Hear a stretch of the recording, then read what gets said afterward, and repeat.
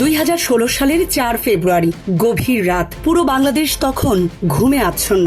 রাজধানী ঢাকার মতিঝিলে অবস্থিত বাংলাদেশ ব্যাংকের সদর দপ্তরও ছিল প্রায় ফাঁকা। কিন্তু সেদিন রাতেই দেশের ইতিহাসের সবচেয়ে বড় আর্থিক অপরাধ সংগঠিত হচ্ছিল নীরবে, নিঃশব্দে। কোনো অস্ত্রধারী ডাকাত ব্যাংকে ঢোকেনি, কেউ ভল্ট ভাঙেনি, কোনো নিরাপত্তা রক্ষীকেও জিম্মি করা হয়নি। তবুও মাত্র কয়েক ঘন্টার মধ্যে বাংলাদেশ ব্যাংকের বৈদেশিক মুদ্রার রিজার্ভ থেকে উধাও হয়ে যায় 101 মিলিয়ন মার্কিন ডলার, যা বর্তমান বাজার মূল্যে প্রায় 1240 কোটি টাকার সমান। Premium commercial space is now for rent.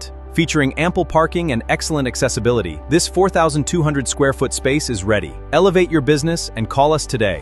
এই অপারেশনের পেছনে ছিল উত্তর কোরিয়ার কুখ্যাত হ্যাকার সংগঠন লাজার্স গ্রুপ, যারা বিশ্বের বিভিন্ন দেশে সাইবার হামলা চালিয়ে অর্থ লুট এবং গোয়েন্দা তৎপরতার জন্য পরিচিত। তবে এই ঘটনার শুরু 2016 সালে নয়, তারও 1 বছর আগে।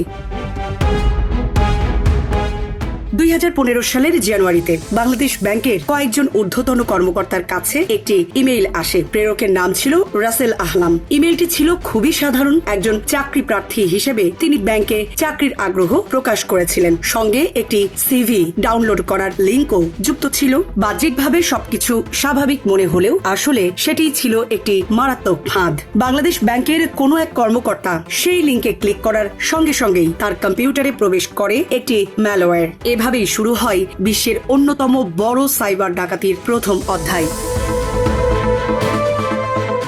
হ্যাকাররা প্রথমে ব্যাংকের মানব সম্পদ বিভাগের একটি কম্পিউটারে প্রবেশ করে, কিন্তু তাদের লক্ষ্য ছিল আরো বড়। তারা চেয়েছিল আন্তর্জাতিক অর্থ লেনদেনের জন্য ব্যবহৃত সুইফট সিস্টেমের নিয়ন্ত্রণ নিতে। এজন্য তারা ধীরে ধীরে ব্যাংকের অভ্যন্তরীণ নেটওয়ার্কে ছড়িয়ে পড়ে। এক কম্পিউটার থেকে আরেক কম্পিউটারে প্রবেশ করে পাসওয়ার্ড সংগ্রহ করতে থাকে এবং নিজেদের উপস্থিতি গোপন রাখে। সবচেয়ে ভয়ঙ্কর বিষয় ছিল হ্যাকাররা এমন ভাবে সিস্টেমে ঢুকেছিল যে কম্পিউটার বন্ধ বা চালু হলেও তাদের প্রবেশাধিকার নষ্ট হতো না। ব্যাংকের আইটি বিভাগও বুঝতে পারেনি যে তাদের নেটওয়ার্কে একটি অদৃশ্য বাহিনী ঘাপটি মেরে বসে আছে। অবশেষে তারা পৌঁছে যায় বাংলাদেশ ব্যাংকের সবচেয়ে গুরুত্বপূর্ণ অংশে, সুইফট টার্মিনালে। সুইফট হলো এমন একটি আন্তর্জাতিক যোগাযোগ ব্যবস্থা যার মাধ্যমে বিশ্বের বিভিন্ন ব্যাংক কোটি কোটি ডলার স্থানান্তরের নির্দেশ পাঠায়। বাংলাদেশ ব্যাংকের সুইফট টার্মিনাল থেকে পাঠানো যে কোনো নির্দেশ আন্তর্জাতিকভাবে বৈধ বলে বিবেচিত হয়। তবে সেখানে একটি নিরাপত্তা ব্যবস্থা ছিল। প্রতিটি লেনদেনের একটি কাগজের কপি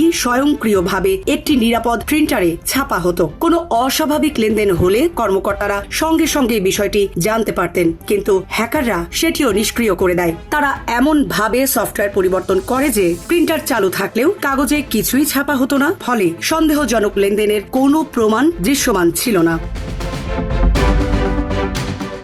সবকিছু প্রস্তুত হওয়ার পরও হ্যাকাররা সঙ্গে সঙ্গে হামলা চালায়নি। তারা পুরো 1 বছর অপেক্ষা করে। এই সময়ে তারা বাংলাদেশ, যুক্তরাষ্ট্র এবং ফিলিপাইনের সরকারি ছুটি, ব্যাংকিং কার্যক্রম ও সময়ের পার্থক্য নিয়ে গবেষণা করে। অবশেষে তারা বেছে নেয় 2016 সালের 4 ফেব্রুয়ারি। সেদিন রাত 8:36 বাংলাদেশ ব্যাংকের ডিউটি ম্যানেজার জুবায়ের বিন হুদা অফিস ত্যাগ করেন। অফিস কার্যত ফাঁকা হয়ে যায়। ঠিক এর কিছুক্ষণ পর থেকেই শুরু হয় মূল অপারেশন। হ্যাকাররা বাংলাদেশ ব্যাংকের সুইফট সিস্টেম ব্যবহার করে নিউ ইয়র্কের ফেডারেল রিজার্ভ ব্যাংকে একের পর এক অর্থ স্থানান্তরের নির্দেশ পাঠাতে থাকে। মোট 35টি ট্রান্সফার অনুরোধ পাঠানো হয়। টাকার পরিমাণ ছিল 951 মিলিয়ন ডলার, অর্থাৎ প্রায় 1 বিলিয়ন ডলার। ঢাকায় তখন রাত হলেও নিউ ইয়র্কে ছিল দিনের বেলা। ফলে ফেডারেল রিজার্ভ কর্মকর্তারা স্বাভাবিক প্রক্রিয়ায় নির্দেশগুলো গ্রহণ করতে শুরু করেন।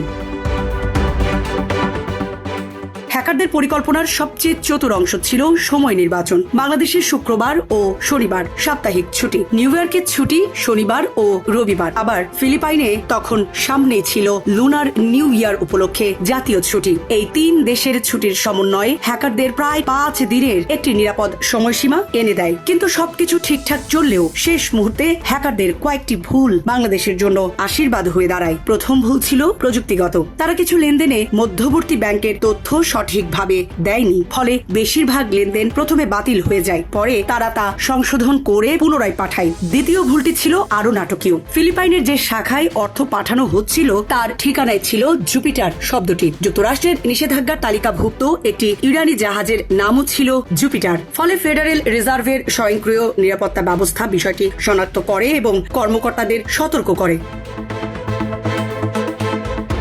এরপর কর্মকর্তারা লেনদেনগুলো পুনরায় পরীক্ষা করেন। এতে 34টির মধ্যে 30টি ট্রান্সফার আটকে যায়। ফলে $951 মিলিয়ন পরিবর্তে মাত্র $101 মিলিয়ন বের হতে সক্ষম হয়। এখানেই শেষ নয়। এই $101 মিলিয়ন মধ্যে $20 মিলিয়ন পাঠানো হচ্ছিল শ্রীলঙ্কার একটি দাতব্য প্রতিষ্ঠানের অ্যাকাউন্টে। কিন্তু হ্যাকাররা ফাউন্ডেশন শব্দটির বানান ভুল লিখেছিল। শ্রীলঙ্কার ব্যাংক কর্মকর্তারা বিষয়টি সন্দেহজনক মনে করে যোগাযোগ করেন। পরে বাংলাদেশ ব্যাংকের অনুরোধে পুরো $20 মিলিয়ন ফেরত পাঠানো হয়। ফলে হ্যাকারদের হাতে শেষ পর্যন্ত যায় $81 মিলিয়ন।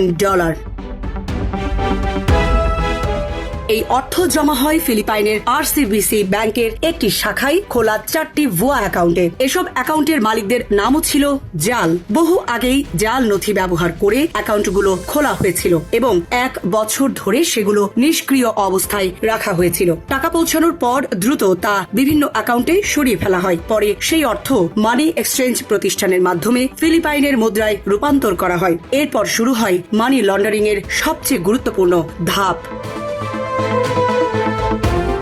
টাকার বড় অংশ নিয়ে যাওয়া হয় ফিলিপাইনের বিলাসবহুল ক্যাসিনোগুলোতে। সেই সময় দেশটির ক্যাসিনোগুলো মানি লন্ডারিং আইনের আওতার বাইরে ছিল। ফলে ক্যাসিনো ছিল অবৈধ অর্থকে বৈধ করার আদর্শ জায়গা। নগদ অর্থ দিয়ে ক্যাসিনোর চিপ কেনা হতো। এরপর সামান্য জুয়া খেলে সেই চিপ নগদায়ন করা হতো। তখন অর্থটি আর চুরির টাকা হিসাবে গণ্য হতো না, বরং জুয়ার অর্জিত বৈধ অর্থে পরিণত হতো। এভাবেই বাংলাদেশের অর্থের বড় অংশের ডিজিটাল চিহ্ন মুছে ফেলা হয়।